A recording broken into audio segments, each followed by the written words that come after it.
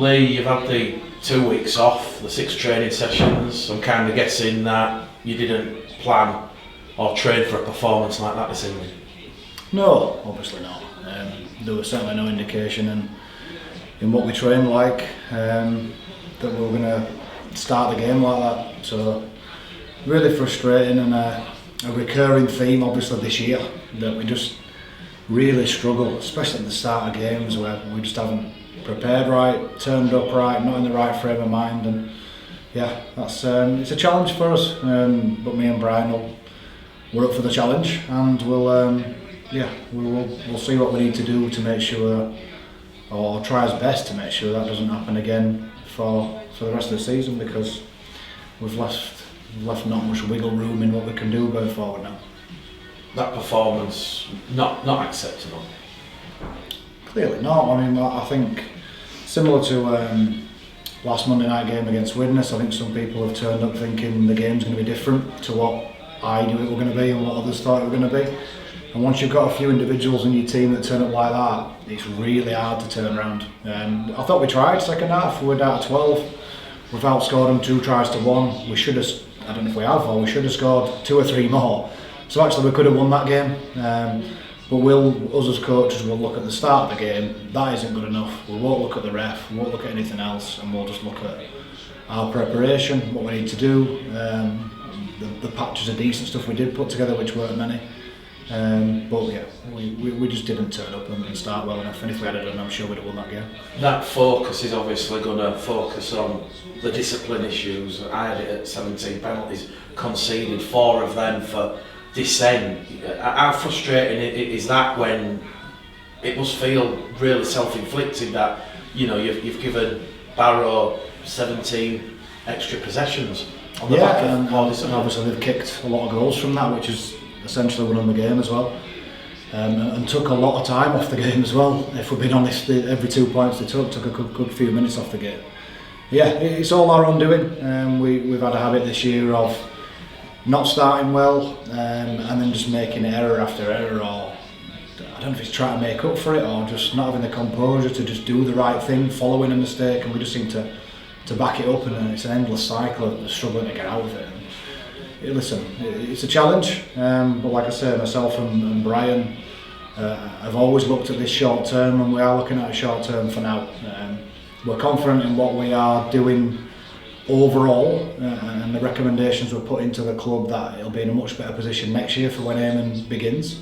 But we're about the here and now, and we need to make some changes to what we're doing or how we're preparing to try not have that start again, because I'm not saying you're going to win every game just by starting well, but when you start like that, there's a good chance you're going to lose. Taking you into the game, Lee, either first half or second half, you're obviously not on the touchline. Those messages, obviously, about cutting down the penalties, that cut through's clearly not got there onto the field to the players.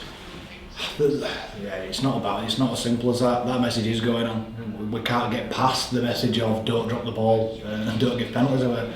When it's like that, and it's been like that a few times, it's really hard to get to technical messages when you're giving penalties away and dropping the ball. I'm certainly confident that if for a few minutes at a time we'd have just played within the laws of the game and not dropped the ball, then we'd have been fine. But we struggle to do that, and it's, like I said, it's a bit of a recurring theme. So yeah, the messages are definitely getting out. We know that. When you're playing in those sort of games, but you just sort of. It's an hard cycle to get out of when you aren't prepared right. We drop the kick-off, we give some away, they probably should have scored, I don't quite know what happened. Not long after we drop it, give a penalty in possession. We strung 1 alright set together, I think we were offside on tackle 2, not long after we're offside again, then we give a high shot away, it was just continuous. Either energy sapping, allowing Barrow to sort of breathe and get the breath back, and on this occasion they took the 2 quite a lot, so it kept the scoreboard ticking over.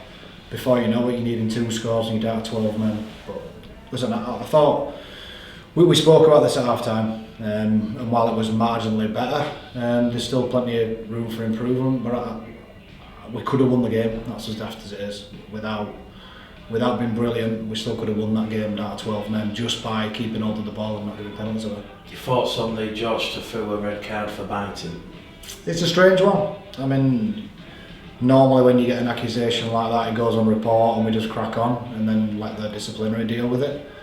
On this occasion, I don't know what's been said or what's been shown or seen or whatever, but obviously they've gone with a straight red, so I don't know. Yeah, that's all I can say. I don't honestly know. It's not something I've seen, to be honest. I have seen red cards for biting, but that's when they're really clear and obvious sort of foul play. But normally when they're in a tackle like that, it goes on report. The ref puts in his report that he's seen something or heard something, and then it gets dealt with during the week. But yeah, on this occasion they've given a red card, so we'll see what happens on Thursday. But again, that adds to that sort of frustration of that sort of self-inflicted nature. It does, yeah, and you sort of get in that mentality of everyone's against us, there's refs against us, then some of them can't control the mouth, they're answering back and giving 10 metres away, which makes the goal kick easier. And you feel like everything's going against you, but realistically, all that's happened is you haven't prepared right for the game, you're not doing the right thing yourself, and that's all we'll be looking at. We won't be looking at the ref. It was your 10th game in charge this evening. I think it was your first game against Swinton when it was 44-38. You made a comment, Lee, about certain players don't have that ability, that mental focus. Is that pretty much evident what you've witnessed tonight again? I think it is. I think we have got players, as every team I suppose does, or the vast majority of teams do, who struggle to sort of be prepared, ready to go, to give their 8, 9, 10 out of 10 performance every single week. So that's up to us to either look at changing those people or trying to unlock that. But yeah, I think it's probably a fair comment after the first game, and that probably still stands now. So that's up to us.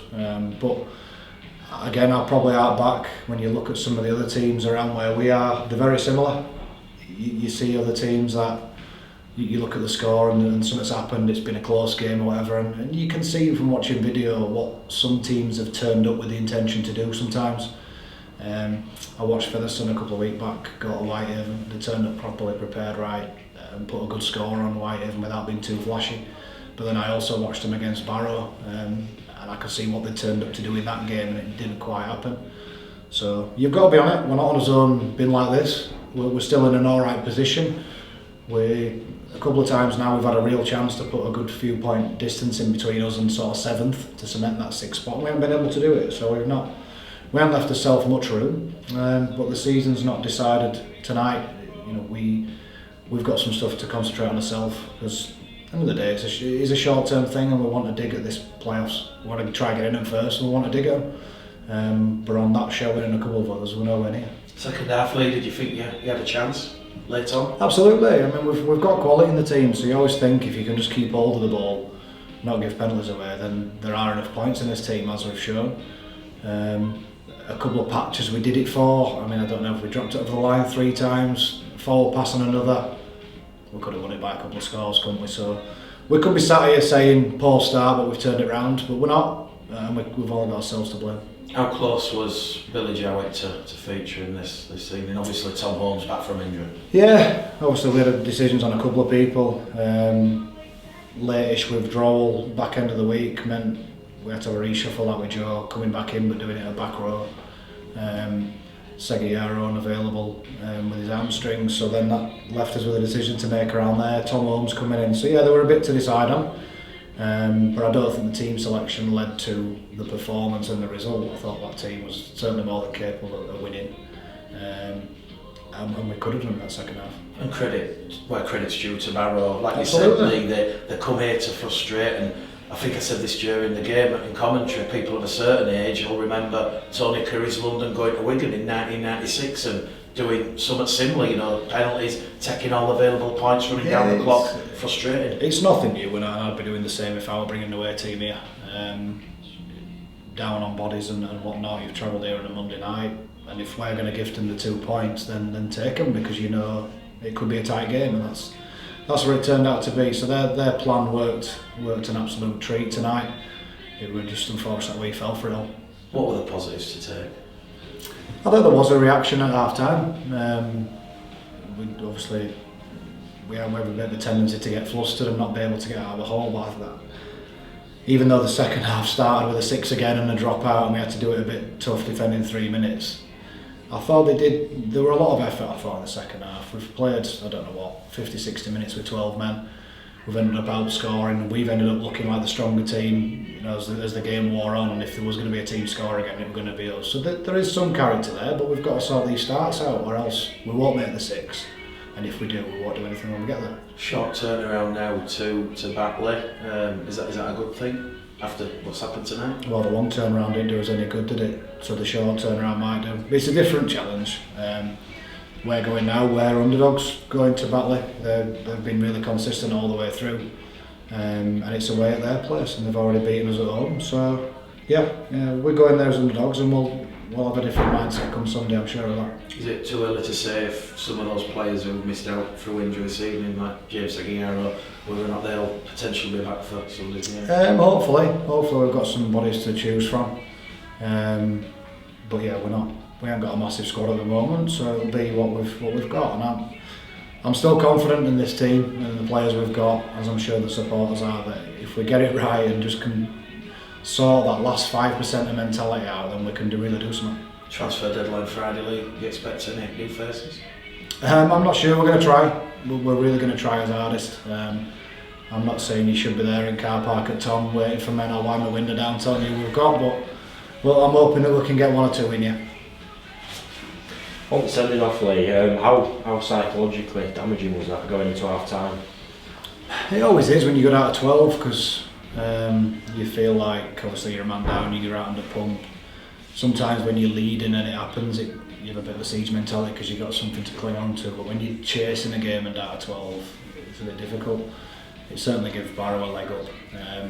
Being a man advantage, they really felt at that point that they could go on and do a job, and fair play to them, they've done it. What did you actually say to them at half time, the players? We just obviously, give them a bit of stick for the start, for how they've turned up.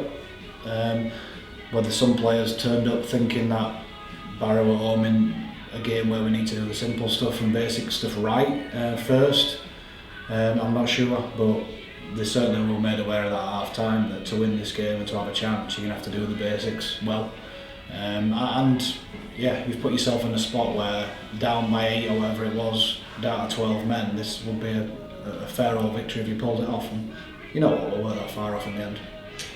Would you say Batley's a must-win game now in terms of your playoff position? Well, it's not, but we've gone into every game like it's a must-win, because we don't just want to stay where we are, we want to try close the gap, catch the teams above, keep the distance between us and 6th, 7th and 8th. We've not been able to do it tonight, but nothing's really changed in the league table.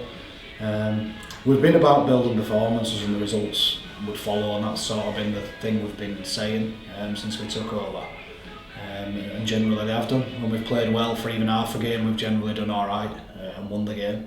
When we've started poorly, sometimes we've then struggled to get out of it, and that's been a recurring theme. It's not a must win, but we've got to treat it like it is a must win, and we do want to go there and win. Of course we do. On the other side as well, it's only his 2nd defeat at home this season. Is this something you can look to take into the new regime as a positive? For next season, you mean? For next season, yeah. I'm not even thinking about that. We've got another couple of home games left yet, so it's not even entered his head. That were a poor performance tonight. We've only ourselves to blame. I don't think the Batley defeat at home was particularly a poor performance. I don't think we started sloppily or anything like that, but this one we did. So it's more a lesson just generally of we've got to stop turning up like that, thinking that we don't need to do the basic stuff that make us a good team. Just one last point on George. I mean, so we've not got the biggest squad. If the disciplinary do come down on him on Thursday, it's going to make a difference for the next maybe 6 to 8 weeks, I suppose. But yeah. I mean, he's a pretty new addition anyway, so we didn't have him a few weeks ago. He's only played a handful of games for us. So if that's what ends up happening, then yeah, we've got players within the squad that can come in and can deal with that. We are looking to bring 1 or 2 in if we can for Friday, but they've got to add to the squad. We certainly won't be panicking or anything like that to bring in a different player now because of what's happened tonight. But like I say, if anyone comes up that we can afford that can come and add to us, then we're going to do it, because we feel like we're lying in a couple of positions.